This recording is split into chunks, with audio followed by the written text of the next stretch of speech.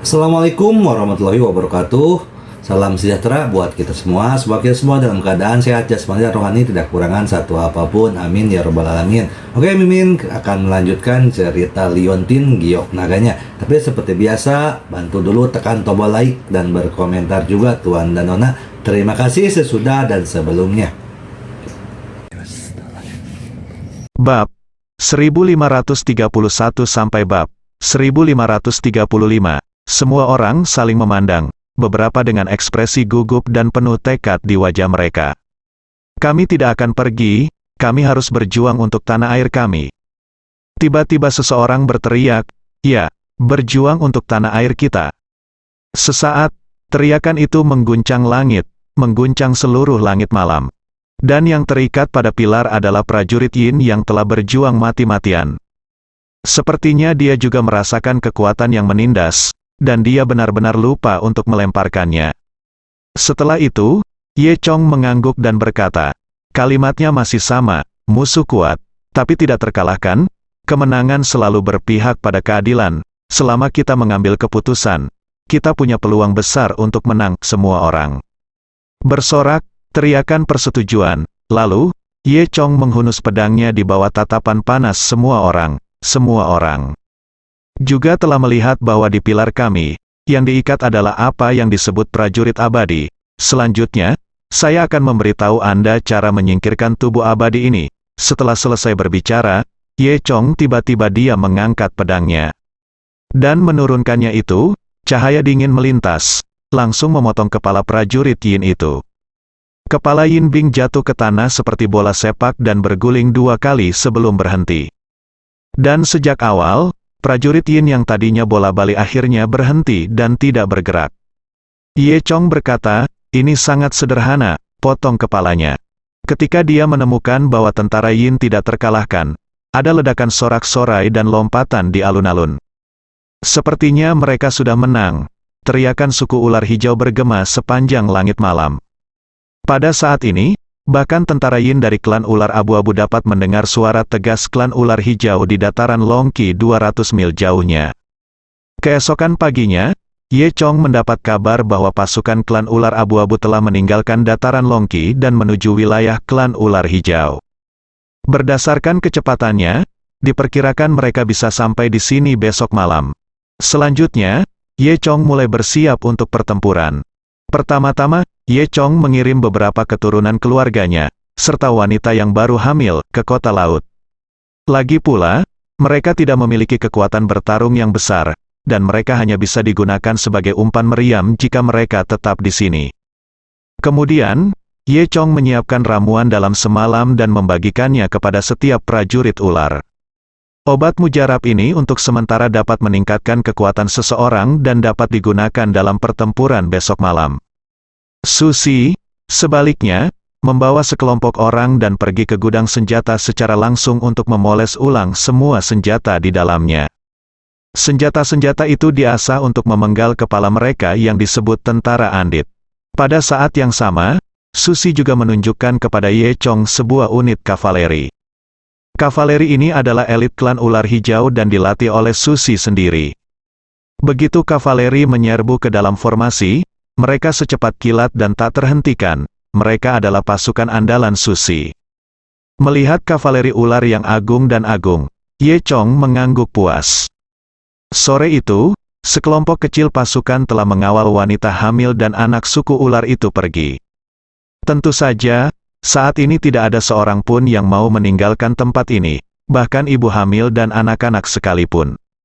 Bahkan ada 2 anak berumur 10 tahun yang ingin tinggal dan berkelahi, namun pada akhirnya mereka diusir paksa oleh Ye Chong. Di sisi lain, semua orang yang sebelumnya menjaga kota laut juga datang membantu dalam pertempuran tersebut.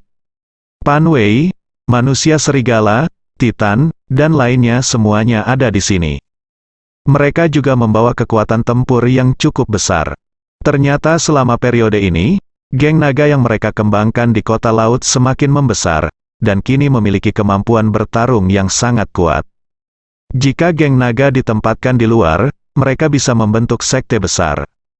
Sulin juga mengikuti, yang membuat Ye Chong sangat berterima kasih. Namun, Sulin sudah terlihat sangat kedinginan, dan berkata kepada Ye Chong, "Jangan berterima kasih padaku, pil ibu naga Zuyanku hampir habis. Masalah ini sudah selesai, jangan lupa ambilkan aku lagi, Ye Chong." He terlihat tercengang, namun nyatanya satu pil-pil kecantikan ibu naga bisa bertahan selama setahun. Dan Sulin ini, seperti makan permen, memakannya setiap hari. Dia tidak takut dengan efek sampingnya dan menjadi anak kecil lagi. Tapi meski begitu, untungnya Sulin memiliki alkemis siap pakai seperti Ye Chong di sampingnya. Kalau tidak, di mana dia bisa menemukan ramuan yang begitu berharga? Ye Chong berkata sambil tersenyum, "Jangan khawatir. Setelah kejadian ini selesai, aku akan melatihmu cukup banyak pil ibu naga Zuyan selama 10 tahun. Sulin sangat gembira. Kalau begitu, kesepakatannya juga kembali. Dengan kekuatannya sendiri, bagaimana aku bisa mengatakan bahwa aku juga anggota klan ular? Sekarang klan ular hijau kita telah menghadapi musuh besar. Tentu saja aku akan muncul. Apa menurutmu aku akan bersembunyi di kota laut? Siapa itu? Ini meremehkan, Snake Nanshan berkata dengan sangat bangga. Namun, si Nanshan berbicara dengan kesetiaan yang menakjubkan, tetapi banyak penjaga di belakangnya semuanya tampak sedih. Jelas sekali, orang-orang ini diseret ke sini oleh si Nanshan. Di sisi lain, 9 ular juga telah menangani masalah perbatasan dan kembali dengan kekuatan yang efektif. Bian Ruixiang juga mengikuti Pan Wei dan yang lainnya. Setelah perjuangan ideologis yang panjang, dia memutuskan untuk maju dan mundur bersama semua orang. Namun, saat semua orang sibuk mempersiapkan pertempuran, dia juga ingin mengambil kesempatan untuk mendiskusikan teknik akupuntur dengan Ye Chong. Kali berikutnya adalah memasang posisi, jebakan, pagar pertahanan dan benteng lainnya. Untuk sementara waktu, seluruh klan ular sangat sibuk. Di tengah kesibukan, waktu berlalu dengan cepat, dan dalam sekejap mata, sudah malam berikutnya. Saat malam tiba perlahan, pasukan klan ular abu-abu akhirnya muncul di Cakrawala. Saat ini, Ye Chong sedang berdiskusi dengan semua orang di rumah bagaimana meminimalkan kerugian. Tiba-tiba terdengar suara seruling yang merdu di langit di atas klan ular. Seruling sinyal yang terbuat dari tanduk khusus ini memiliki suara yang sangat menyedihkan, bergema di langit malam di atas kepala seluruh klan ular. Bunyi seruling dibunyikan sebanyak 3 kali yang merupakan tanda datangnya musuh. Tampaknya suku ular abu-abu telah tiba. Semua prajurit klan ular segera berkumpul, mengambil senjata mereka, dan berkumpul di luar benteng. Ye Chong dan semua orang juga keluar. Mereka berada di tempat yang lebih tinggi dan melihat keluar dari atas. Semua orang bisa melihat sepertinya ada bayangan aneh bergerak dalam kegelapan di kejauhan. Ini adalah pasukan suku ular abu-abu, dan pasukan suku ular abu-abu ini berbaris di lingkungan yang gelap tanpa menyalakan obor sama sekali. Mungkin para prajurit Yin itulah yang hanya bisa berjalan dalam kegelapan. Dan nama Night King memang pantas diterima. Meskipun semuanya gelap gulita, bahkan orang biasa pun dapat melihat tentara gelap itu berdiri di suatu tempat di kejauhan. Sebab, di tempat para prajurit Yin itu bersembunyi, warna hitam pun menjadi semakin pekat dan semakin gelap dan suram. Hal ini saja sudah memberikan orang keadaan pikiran yang sangat menakutkan. Namun, mata Dewa Naga milik Ye Chong dapat melihat pemandangan yang tidak dapat dilihat orang lain. Dia melihat tentara Yin itu sudah berdiri dalam kegelapan dan tidak bergerak maju. Mereka hanya berdiri diam, tak bergerak, seolah-olah mereka adalah patung di kegelapan malam. Melihat sekeliling, di tanah yang gelap, padat, seperti gunung dan lautan, semuanya adalah tentara Yin. Di belakang pasukan besar tentara Yin, hampir di Cakrawala, ada sekelompok tentara ular abu-abu biasa. Para prajurit berkumpul di sekitar gerbong dengan singgasana di atasnya. Saat ini, seorang pria duduk di atas tahta. Pria itu kurus dan mengenakan mahkota hitam di kepalanya, dengan mutiara bercahaya bersinar terang di malam hari. Tapi jaraknya terlalu jauh untuk dilihat orang lain. Tapi Ye Chong bisa melihat dengan jelas, dia tahu bahwa orang ini adalah pemimpin legendaris klan ular abu-abu, Raja Malam. Di bawah malam, antara langit dan bumi, dimanapun itu berada, ada keheningan yang mematikan. Pasukan Night King yang berdiri di sana, tidak bergerak, bahkan lebih menakutkan. Pada saat ini, Susi berkata kepada Ye Chong, "Mengapa kita tidak membiarkan kavaleri kita menyerang, hancurkan energi mereka terlebih dahulu?" Ye Chong memandangi kavaleri yang berdiri di sana, siap berperang. Dia mengangguk, lalu berjalan ke arah prajurit kavaleri. Prajurit kavaleri ini dilengkapi dengan senjata mirip tombak dengan kepala yang sangat tajam. Ye Chong memberi isyarat kepada prajurit kavaleri untuk meletakkan tombaknya. Kemudian, dengan jari-jarinya, dia dengan ringan mengetuk tombak itu, menggumamkan kata-kata. Dalam beberapa detik, terdengar suara hula, dan tombak kavaleri tiba-tiba terbakar. Wajah prajurit kavaleri itu sedikit berubah, karena nyala api di ujung senjatanya adalah api asli. Untungnya, tombaknya cukup panjang, dan api asli tidak dapat mengenai kavaleri. Namun jika melawan musuh, bisa memberikan efek yang baik kepada musuh. Lagi pula, lawannya juga milik keluarga ular. Pada saat ini, pasukan kavaleri sepertinya sedang memegang obor yang panjang. Dan tiba-tiba, tombak semua pasukan kavaleri tampak masuk akal, dan satu demi satu, mereka semua terbakar api, memanjang seperti kartu domino, dan pemandangannya sungguh spektakuler. Resimen kavaleri yang terdiri dari 200 orang berbaris, menempuh jarak total 1 kilometer. Dalam waktu kurang dari 1 menit, garis api sepanjang 1000 meter muncul. Ketika nyala api muncul, mereka sedikit memundurkan malam yang sunyi, membuat semua orang merasa sedikit nyaman. Dengan api, sepertinya ada harapan untuk mengalahkan musuh. Segera setelah itu, Susi memberi perintah, "Ayo." Hanya kapten kavaleri yang berteriak, dan mendengar suara tapal kuda, seluruh kavaleri bergegas menuju kegelapan di kejauhan.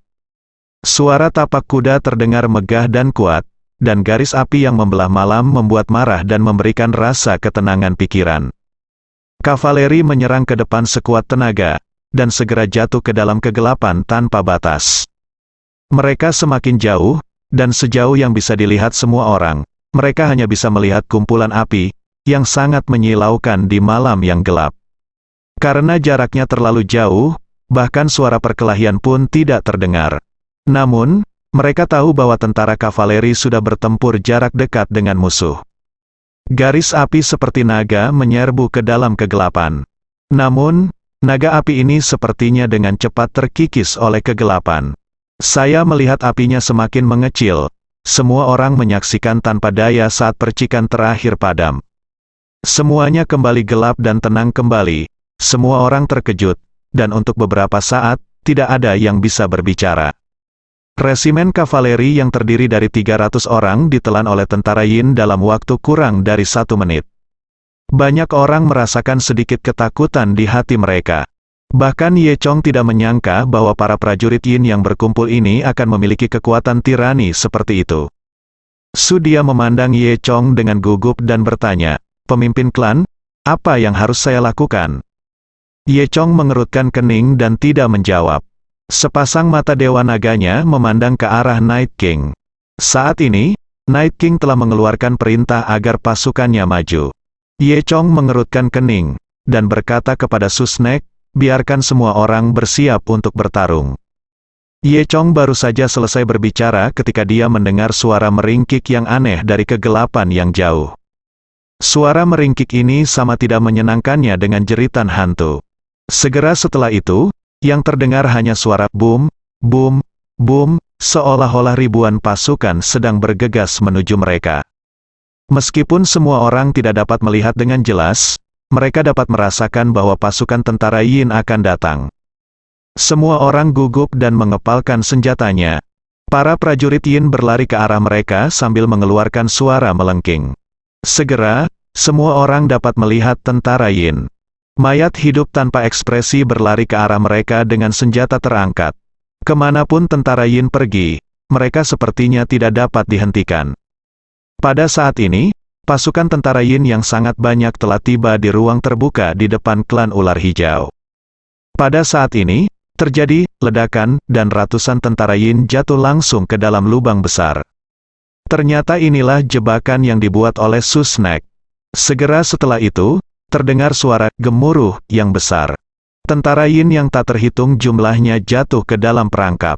Perangkap ini sangat dalam dan berisi paku, air beracun, dan benda mematikan lainnya. Jika prajurit Yin itu seperti banjir yang turun dari gunung, maka jebakannya seperti tebing. Tentara Yin terus terjebak, menghalangi kemajuan mereka. Melihat pemandangan ini, semua orang menghela nafas lega. Sepertinya jebakan besar ini benar-benar dapat menangani tentara Yin. Namun, mereka terlalu senang, karena jumlah prajurit Yin terlalu banyak. Tampaknya jebakan tanpa dasar juga telah terisi. Prajurit Yin di belakang menginjak tubuh prajurit Yin di depan dan berlari melewati jebakan. Dan para prajurit Yin yang jatuh ke dalam perangkap itu tidak mati. Mereka seperti binatang buas, mencoba keluar dari perangkap dan melanjutkan serangan. Ye Chong mengerutkan kening dan menyaksikan pasukan tentara Yin semakin dekat. Lalu, dia melambai ke Susi. Susnek mengerti, dan segera berteriak, "Ketapel, lakukan sekarang." Pada saat ini, tim klan ular hijau mengeluarkan hula, dan lingkaran obor menyala, langsung menerangi tanah tempat mereka berada. Pada saat yang sama, selusin ketapel yang tersembunyi di kegelapan semuanya telah disiapkan, berisi batu-batu yang terbakar. Susi memberi perintah lagi dan ketapel melemparkan batunya. Batu besar yang terbakar api itu membentuk parabola tinggi di langit dan menabrak barisan tentara Yin. Untuk sementara waktu, batu api yang tak terhitung jumlahnya jatuh dari langit, seperti hujan meteor besar, dan pemandangannya sangat spektakuler. Batu api itu menghantam tanah, atau menciptakan lubang besar, dan nyala apinya meledak. Cukup untuk menjatuhkan puluhan tentara Yin ke tanah, atau langsung menghantam kepala mereka. Sayangnya beberapa prajurit Yin tertimpa batu besar dan akan hancur menjadi daging. Meskipun mereka abadi, mereka tidak akan berguna. Ada juga beberapa prajurit Yin yang terkena atau terbakar api. Selama anggota tubuhnya masih bisa bergerak, mereka akan terus berlari ke depan dengan gila-gilaan seolah-olah tidak ada perasaan, hingga tubuhnya berubah menjadi abu. Lalu mereka akan terjatuh ke tanah. Ketapel adalah garis pertahanan kedua, dan membunuh banyak tentara Yin. Namun, pasukan tentara Yin masih menyerang Ye Chong dan yang lainnya seperti air pasang. Setelah serangan sengit, tentara Yin kehilangan kurang dari sepertiganya. Segera, mereka melihat bahwa mereka akan menyerang bagian depan posisi klan ular hijau. Para prajurit Yin sudah dekat, dan sekarang semua orang dapat dengan jelas melihat para prajurit Yin ini. Saya melihat mata prajurit Yin yang kusam, ekspresi galak, dan energi Yin yang aneh memancar dari tubuhnya. Serangan jebakan telah digunakan, dan langkah selanjutnya adalah menyerang. Su dia melirik Ye Chong. Ye Chong mengangguk. Segera setelah itu, Susi mengangkat pedangnya dan berteriak, "Saudara, serang." Di bawah kepemimpinan Susi, semua orang bergegas menuju tentara Yin. Pada awalnya, setiap orang masih memiliki keberanian dan kepercayaan diri. Tetapi begitu mereka melakukan kontak, semua orang menemukan bahwa tentara jahat ini sangat sulit untuk dihadapi. Ketika Ye Chong menangkap seorang prajurit Yin, semua orang dengan naif mengira bahwa prajurit Yin ini tidak lebih dari itu. Sekarang saya menyadari bahwa prajurit Yin ini terlalu kuat. Meskipun mereka dapat melukai para prajurit Yin ini dengan pedang dan tebasan mereka, luka seperti itu tidak berarti apa-apa bagi para prajurit Yin. Para prajurit Yin tidak sadarkan diri dan tidak merasakan sakit. Terlebih lagi, prajurit Yin ini sangat kuat. Jika mereka secara tidak sengaja dipukul oleh prajurit Yin, otot dan tulang mereka akan hancur. Satu-satunya cara adalah dengan menggunakan pisau tajam untuk memotong kepala prajurit Yin, sehingga prajurit Yin tersebut dapat dihancurkan sepenuhnya. Terlebih lagi, jumlah prajurit Yin beberapa kali lebih besar dibandingkan prajurit klan ular hijau. Segera setelah pertempuran dimulai, orang-orang dari klan ular hijau berada dalam posisi yang dirugikan. Yang lebih menakutkan lagi adalah mereka yang dibunuh oleh tentara Yin akan bangun setelah beberapa detik. Pada saat ini, dia juga berubah menjadi mayat hidup dan menjadi tentara Yin, bergabung dalam pertempuran tentara Yin. Oleh karena itu, meskipun semua orang di suku ular hijau berusaha sekuat tenaga, jumlah prajurit Yin tidak berkurang tetapi bertambah, menjadi semakin banyak. Hal ini membuat semua orang merasa putus asa. Meskipun Ye Chong, Pan Wei, 9 ular, Su Lin dan lainnya tidak terkalahkan untuk sementara waktu dan terus berlari dan membunuh di antara tentara Yin, itu bukanlah solusi jangka panjang. Terlalu banyak tentara Yin, pertama, Jiu Si dan Pan Wei secara bertahap kehilangan kekuatan mereka, dan lambat laun gerakan Su Lin menjadi sedikit lebih lambat. Di sisi lain, tentara Yin yang tak ada habisnya masih bergegas menuju mereka seperti air pasang. Jika kita tidak memikirkan beberapa cara, saya khawatir tidak akan lama lagi hal itu akan benar-benar musnah. Bian Ruixiang, sebaliknya, bersembunyi di belakang tim, buru-buru membuang berbagai botol ramuan, tangannya terus gemetar. Pertarungan hampir menjadi sepihak, tidak peduli seberapa kuat Ye Chong, dia hanya satu orang, berapa lama dia bisa bertahan. Pada saat ini, Su Lin datang ke sisi Ye Chong. Setelah menjatuhkan seorang prajurit Yin, dia berkata kepada Ye Chong, "Pergilah dan tangani Night King dan bunuh dia. Mungkin itu sudah cukup, ayo kita bawa ke sini dulu." Ye Chong mengangguk, dia mengangguk, lalu bergerak cepat menuju bagian belakang tentara Yin. Pada saat ini, kereta Night King perlahan melaju di belakang pasukan tentara Yin. Night King masih duduk diam di sana seperti patung, matanya bersinar biru. Menurut legenda, Night King ini juga merupakan klan ular dengan darah tertinggi. Garis keturunan yang dimilikinya bahkan lebih maju dari garis keturunan ular emas. Ini bukan garis keturunan naga Ye Chong, tapi garis keturunan dari neraka yang disebut garis keturunan mayat hidup. Itu sebabnya dia memiliki kemampuan memanggil tentara Yin. Ye Chong berpikir, jika Night King terbunuh dan darah Andit hilang, mungkin tentara Yin ini akan menghilang. Untuk sesaat, kecepatan Ye Chong secepat pelangi, dan dia menghempaskan selusin tentara Yin yang menghalangi jalan.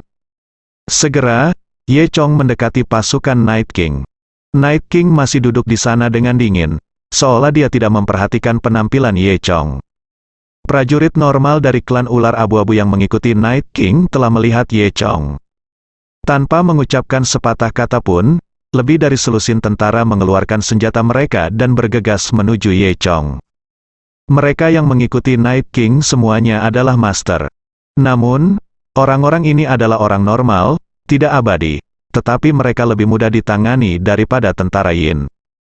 Setelah beberapa putaran, Ye Chong mengirim semua yang menghalangi jalan terbang. Dia kemudian langsung menyerang Night King. Detik berikutnya, Ye Chong sudah dekat dengan Night King, dan dia meninju bagian atas kepala Night King. Pada saat ini, mata Night King tiba-tiba melebar. Matanya sama sekali bukan mata orang normal. Matanya bersinar dengan cahaya biru tua dan memancarkan rasa dingin dari dasar matanya. Sepertinya mata ini saja sudah cukup untuk membekukan seseorang sampai mati. Bang Ye Wang juga mengangkat tinjunya dan bertabrakan dengan tangan Ye Chong. Ye Chong tidak pernah menyangka bahwa Night King akan sekuat ini. Kekuatan Night King bahkan lebih kuat dari dirinya. Hanya bisa dikatakan bahwa tempat di 4 penjuru bermuda ini benar-benar luar biasa, dan terlalu banyak masternya. Untuk sementara, kedua orang itu mulai berkelahi satu sama lain.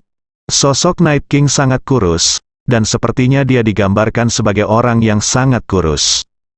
Namun, karena dia begitu kurus, kekuatan setiap pukulannya sepertinya tak terbatas. Bang bang bang bang, keduanya bertarung satu sama lain selama lebih dari selusin ronde, dan tidak ada pemenang. Tapi Ye Chong sedikit dirugikan. Ye Chong sedang terburu-buru, tapi dia tidak bisa menang.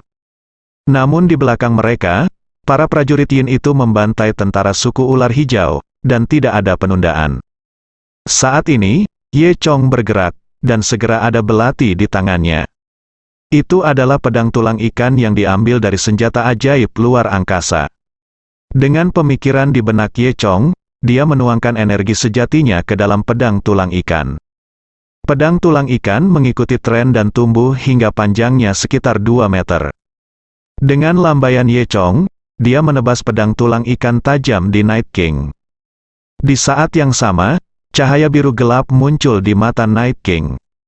Di tangan Night King, sesuatu seperti tongkat muncul di beberapa titik.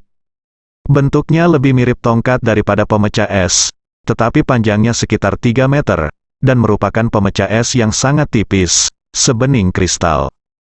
Kemudian, Night King mengangkat pemecah es untuk memblokir pedang tulang ikan Ye Chong.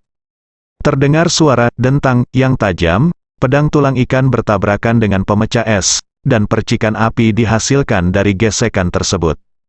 Ye Chong tidak menyangka bahwa pemecah es yang tampak jernih dan rapuh ini akan memiliki kekerasan seperti itu. Bahkan pedang tulang ikan itu seperti artefak tajam, tidak dapat dihancurkan.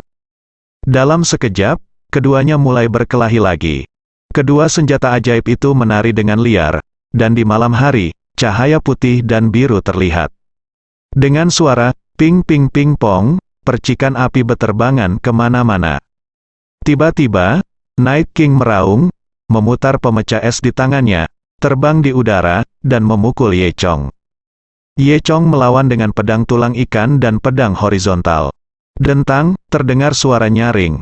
Kekuatan Night King begitu besar sehingga dengan satu pukulan, Ye Chong terdorong mundur 3 langkah. Night King juga memanfaatkan situasi tersebut dan mundur beberapa langkah, lalu melompat ke langit. Di saat yang sama, pemecah es di tangannya keluar dan melayang di depan dadanya tanpa jatuh ke tanah. Kemudian, mata Night King bersinar lagi dan dia melambaikan tangannya. Saya melihat pemecah es tiba-tiba meledak dari udara dan menikam Ye Chong. Kecepatan kerucut es sangat cepat, hanya menyisakan cahaya biru dan bayangan di layar hitam. Dalam sekejap, pemecah es sudah dekat dengan Ye Chong. Ye Chong mendengus pelan dan mengeluarkan bunga pedang dari pedang tulang ikan di tangannya. Cang, terdengar suara tajam lainnya. Kerucut es itu terbang menjauh akibat hantaman Ye, berputar 2 kali di udara sebelum jatuh langsung ke tanah. Pemecah es menembus tanah dengan kekuatan besar, dan tenggelam langsung ke dalam tanah sepanjang sepertiga panjangnya. Dan karena tenaganya terlalu besar, ujung ekor pemecah es itu masih bergetar. Tepat sebelum Ye Chong melakukan langkah selanjutnya, dia melihat pemecah es lain dengan penampilan yang sama muncul di dada Night King. Kali ini, ketika Night King melambaikan tangannya, pemecah es itu terbelah menjadi 3 bagian yang identik pada saat yang bersamaan. Dia melambai lagi, dan ketiga pemecah es itu bergegas menuju Ye Chong seperti 3 ular raksasa. Pedang tulang ikan di tangan Ye Chong berfluktuasi, sama seperti sebelumnya, menjatuhkan 3 pemecah es ke udara. Di saat yang sama, serangan Night King tidak berhenti. Saat ini, 10 pemecah es muncul di depannya. Segera setelah itu, ada ratusan dan ribuan akar. Sampai akhirnya, pemecah es yang tak terhitung jumlahnya, seperti hujan badai lebat, semuanya menusuk Ye Chong. Ye Chong mengerutkan kening dan berkata dalam hatinya, Raja malam ini benar-benar tidak mudah untuk dihadapi. Pemecah es di seluruh langit jatuh ke arah Ye Chong. Ye Chong tidak berani mengabaikannya, dan dengan pikiran, pedang tulang ikan di tangannya melonjak lagi. Kali ini, pedang tulang ikan berubah menjadi pedang setinggi 40 meter. Ye Chong memiliki sosok biasa dan memegang pedang setinggi 40 meter. Dia terlihat sedikit lucu, tetapi itu tidak sulit baginya. Saya melihat pedang tulang ikan di tangan Ye Chong, melambai dengan liar, membentuk lapisan pelindung kedap udara di atas kepala Ye Chong. Lalu terdengar suara ping ping ping pong, Ye Chong merobohkan semua pemecah es itu. Pemecah es itu seperti bola meriam kecil, menghantam tanah satu demi satu, ingin sekali menembus tanah. Saat ini, melihat ke tanah tempat keduanya bertarung, tanah itu sudah penuh dengan lubang, seperti landak, ditutupi dengan pemecah es. Setelah menembak jatuh semua pemecah es, Ye Chong tiba-tiba berubah menjadi bayangan hitam, dan dalam satu tarikan napas, dia bergegas menuju Night King lagi. Pedang tulang ikan itu bergerak sesuai keinginannya, berubah menjadi tubuh pedang sepanjang 1 meter, mengikuti gerakan Ye Chong, dan mengenai kepala Night King. Pemecah es juga muncul lagi di tangan Night King. Keduanya bertengkar lagi, meskipun kekuatan Night King ini sedikit lebih tinggi dari Ye Chong. Namun, Ye Chong mengandalkan tubuh Dewa Naga dan berbagai kartu trufnya. Yang paling penting adalah pikiran Night King tidak terlalu cemerlang. Oleh karena itu, untuk sementara, Ye Chong tidak dikalahkan. Namun, keduanya bersaing satu sama lain, yang menghabiskan banyak tenaga. Dengan kata lain, Ye Chong menghabiskan banyak uang. Karena Night King, seperti para prajurit Yin itu, sepertinya tidak lelah sama sekali. Dibandingkan dengan tentara Yin, dia lebih seperti zombie. Oleh karena itu, sebagai perbandingan, Ye Chong secara bertahap tertinggal. Setelah ratusan putaran, tidak ada pemenang. Ye Chong cemas dan tanpa sengaja melirik pertempuran di kejauhan. Suara pertarungan di kejauhan menjadi semakin kecil, dan kegelapan yang tak terbatas sepertinya telah mengambil alih inisiatif. Jika Night King tidak ditangani dengan cepat, tentara Yin akan membunuh semua orang. Saat Ye Chong terganggu, dia secara tidak sengaja dipukul oleh Night King. Ye Chong, yang terkena langsung oleh Night King, terbang beberapa puluh meter jauhnya. Tapi Ye Chong hanya merasakan darah di tubuhnya bergejolak, seolah jantungnya dihantam batu besar. Sebelum dia sempat bereaksi, Night King bergerak dan sudah mengejarnya. Night King tiba-tiba mengangkat tinjunya dan memukul Ye Chong lagi. Tubuh Ye Chong saat ini berada di udara, kekuatan baru belum dihasilkan, kekuatan lama belum dihilangkan, dan tidak ada cara untuk meminjam kekuatan. Alhasil, dia dihajar habis-habisan oleh Night King. Ye Chong merasa tubuhnya hancur berantakan, seolah-olah pukulan Night King telah menjatuhkan jiwanya keluar dari tubuhnya. Ye Chong sedikit putus asa, apakah dia akan kalah? Namun, sebelum Ye Chong bisa berpikir lebih jauh, Night King telah muncul di samping Ye Chong lagi. Night King mengangkat tinjunya lagi, dan hanya ada rasa dingin yang tak ada habisnya di matanya. Ye Chong tidak tahan lagi dengan kekuatan pukulan lainnya. Pukulan ini mungkin akan membunuh Ye Chong secara langsung. Wajah Night King tanpa ekspresi, dan dia meninju pukulan ini. Murid Ye Chong memantulkan mata menakutkan dari Night King, yang bersinar dengan cahaya biru. Tinju Night King menjadi semakin jelas dan besar. Ye Chong berpikir dalam hati, apakah aku akan mati seperti ini? Dia bahkan bertanya-tanya, setelah kematiannya, apakah dia akan menjadi budak Raja Malam dan anggota tentara Yin seperti mayat lainnya? Berdasarkan kemampuannya, diperkirakan ia bisa menjadi pemimpin tentara Yin. Pikiran acak di benak Ye Chong hanya berlangsung sesaat. Melihat pukulan Raja Ye hendak mengenai Ye Chong. Saat ini, Ye Chong tiba-tiba merasakan darahnya mendidih. Sepertinya ada suara samar auman naga. Detik berikutnya, bang, Ye Chong menekan tanpa sadar, pukulan ini dan pukulan Night King bertabrakan, menghasilkan suara yang memekakkan telinga. Dan sepertinya ada kekuatan tak berujung dalam darah Ye Chong, mengalir ke seluruh tubuhnya. Tapi kali ini, bukan Ye Chong yang terbang, tapi Night King. Penyelamat garis darah Hualong pada saat kritis sebenarnya memungkinkan Ye Chong menerobos batasan dan mencapai langit dalam satu langkah menjadi prajurit surgawi. Bahkan Ye Chong tidak menyangka garis keturunan naga ini akan begitu ajaib. Ye Chong hanya merasakan ada kekuatan tak berujung di tubuhnya sekarang. Dengan gerakan tubuhnya, dia bergegas menuju Night King. Ye Chong merasakan kecepatan yang belum pernah terjadi sebelumnya. Dalam sekejap mata, dia berdiri di samping Night King. Kemudian, keduanya kembali berjuang. Namun kali ini, situasinya telah berubah, dan hubungan antara kekuatan dan kelemahan telah berubah. Night King bukan lagi lawan Ye Chong. Kurang dari 1 menit kemudian, pertarungan selesai. Ye Chong mengangkat tinjunya dan menghancurkan tubuh Night King dengan satu pukulan. Night King itu seperti es batu, dan dengan tabrakan es itu pecah menjadi es batu yang tak terhitung jumlahnya. Di saat yang sama, tentara Yin yang awalnya berada di atas angin semuanya hancur berkeping-keping dalam sekejap. Setelah Raja Malam meninggal, para prajurit Yin yang dipanggil oleh Raja Malam juga menghilang. Kegelapan yang suram menghilang, dan yang tersisa hanyalah suku ular dengan wajah berlumuran darah dan wajah bingung. Ye Chong menghela nafas lega. Dia menang, mengalahkan Night King. Meskipun Night King awalnya memiliki keuntungan, pada akhirnya, ketika Night King sedang sekarat, garis keturunan necromancy-nya tidak mampu menyelamatkannya seperti garis keturunan naga. Ini mungkin penindasan garis keturunan yang legendaris.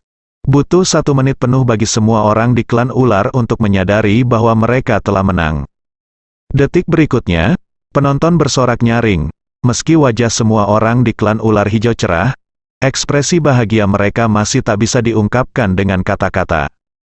Pan Wei, Cowboy, Titan dan lainnya semuanya telah mencapai batas kelelahan. Sulin juga menghela nafas panjang. Susi jatuh ke tanah saat ini dan tidak bisa bangun lagi. Dia masih mengangkat satu tangan dan bersorak bersama penonton. Kemenangan, kemenangan, Night King telah mati dan semua tentara Yin telah menghilang. Kelompok ular abu-abu yang tersisa, kurang dari 500 orang, bukan lagi tim ular abu-abu biasa. Ye Chong sendiri sudah cukup untuk menaklukkan semua orang ini. Faktanya, orang-orang ini ketakutan dengan kekuatan yang ditunjukkan Ye Chong barusan. Mereka tidak membutuhkan Ye Chong untuk mengambil tindakan sama sekali. Mereka membuang senjata mereka satu demi satu dan menyatakan penyerahan diri mereka. Saat ini, langit telah menjadi pucat, dan malam yang panjang akhirnya akan segera berakhir. Klan ular hijau, seperti cuaca seperti ini, akan membuka babak baru. Saat ini, Ye Chong sudah berjalan ke Pan Wei, 9 ular dan lainnya. Sulin melihat perubahan Ye Chong, dan bertanya dengan heran, Ye Chong, kamu telah menerobos ke prajurit surgawi. Ye Chong mengangguk sambil tersenyum. Namun, meski merupakan perbaikan dadakan, konsumsi Ye Chong tidak sedikit. Sulin kagum dan berkata, saya belum pernah mendengar hal seperti itu. Ye Chong berkata, ini mungkin disebabkan oleh darah klan ular. Sulin mengangguk setuju. Sungguh menakjubkan, tidak masalah apa. Ini semua adalah kesempatanmu. Aku percaya, perkembanganmu di masa depan tidak akan terbatas. Setelah itu, Ye Chong memimpin kerumunan kembali ke kediaman. Setelah kemenangan sebesar itu, seharusnya ada pesta perayaan. Namun, semua orang sangat lelah, dan semua orang berkumpul di alun-alun untuk melihat Ye Chong. Ye Chong tidak mengatakan apa-apa, hanya melambaikan tangannya. Semuanya, tugas sekarang adalah kembali dan beristirahat dengan cepat. Meskipun masih ada mayat di luar dan medan perang yang berantakan, mereka tidak peduli untuk membersihkannya sekarang. Pertarungan malam itu telah melelahkan semua orang. Yang ingin mereka lakukan sekarang hanyalah berbaring di tempat tidur dan tidur nyenyak. Sebelum Ye Chong selesai berbicara, semua orang sudah mundur. Belakangan, Ye Chong dan yang lainnya juga kembali ke kediaman mereka. Susi juga kembali ke tempat tidurnya dengan dukungan mereka berdua. Ye Chong melirik semua orang, Pan Wei, 9 ular, Sulin dan yang lainnya tidak terluka, jadi Ye Chong merasa lega. Setelah mengucapkan selamat malam kepada semua orang, Ye Chong kembali ke kamarnya. Meskipun Ye Chong membuat terobosan sebelum pertempuran dan menjadi prajurit tingkat surga, energi yang dikonsumsi masih terlalu banyak. Pada saat ini, dia kelelahan dan hanya ingin berbaring di tempat tidur dan beristirahat dengan baik. Dan semua luka serius yang dia tinggalkan sebelum terobosan semuanya ditemukan saat ini. Ye Chong hanya merasakan sakit di sekujur tubuhnya, seolah-olah dia akan hancur. Tepat ketika Ye Chong hendak pergi tidur, dia tiba-tiba mendengar suara berjinjit. Ye Chong duduk di samping tempat tidur, tersenyum dan berkata, "Anak kucing, itu kamu, cepat keluar." Kemudian, Pan Wei melompat keluar dari samping dan menepuk bahu Ye Chong. "Saudara Ye Chong, kamu pasti sangat sensitif, kamu benar-benar menemukan jejakku." Ye Chong tersenyum sedikit dan menatap Pan Wei. Masih ada debu sisa pertarungan di wajah kecil Pan Wei. "Kamu orang pintar, apa yang kamu lakukan di sini?" Ye Chong berkata sambil tersenyum. Pan Wei mendengus dan berkata, "Sejak aku datang kemarin, aku sibuk dengan masalah pertengkaran.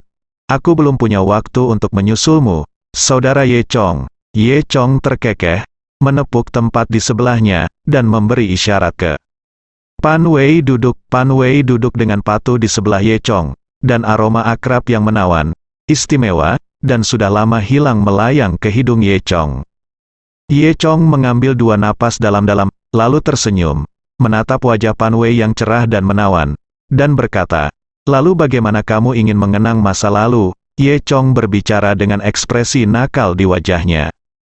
Pan Wei tersipu saat melihat ekspresi Ye Chong, mendorong Ye Chong, dan berkata, "Oh, kakak nakal Ye Chong, apa yang kamu pikirkan, Ye Chong?"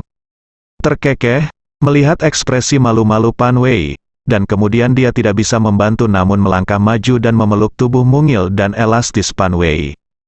Lalu, mulut besarnya menciumnya, "Yah, anak kucing, aku sudah lama ingin bertemu denganmu."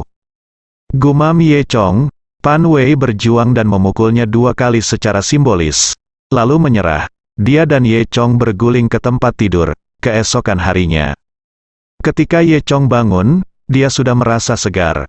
Wajah Pan Wei juga cerah dan bahagia. Dia memeluk bahu Ye Chong dan tidak ingin membuka matanya untuk waktu yang lama. Sinar matahari melewati jendela dan menyinari mereka berdua, membuat mereka hangat dan nyaman. "Saudara Ye Chong," Pan Wei berbisik, "sepertinya kamu menjadi lebih kuat." Saat dia mengatakan ini, dia menyentuh pipi tampan Ye Chong dengan tangannya. Ye Chong tersenyum dan berkata, "Tentu saja." Faktanya, Ye Chong juga merasa bahwa karena dia memiliki garis keturunan naga, sepertinya dia menjadi lebih kuat dalam hal-hal seperti itu. Sedangkan untuk budidaya ganda, manfaat yang didapatnya bahkan lebih besar. Pan Wei, khususnya, juga memiliki tubuh yin dan bulan yang sangat istimewa. Budidaya ganda keduanya hanya mendapatkan hasil 2 kali lipat dengan setengah usaha. Ye Chong baru saja membuat terobosan kemarin, dan sekarang dia telah mencapai level prajurit Xiao Sheng Tianji. Apa konsep prajurit Tianji? Bagaimanapun, di dunia sekuler, sepertinya saya belum pernah mendengar orang sekuat itu. Pilih saja satu dan Anda bisa mencapai level master. Bahkan di seluruh istana Fenxiang, mungkin tidak banyak prajurit Tianji. Dan Pan Wei mendapat banyak manfaat. Setelah semalaman bekerja keras dengan Ye Chong, Pan Wei telah mencapai puncak status prajurit tingkat bumi dalam waktu singkat. Dalam beberapa hari berikutnya, semua orang melakukan pekerjaan setelahnya. Orang-orang suku ular hijau mengubah penjajah suku ular abu-abu menjadi tahanan yang lebih rendah.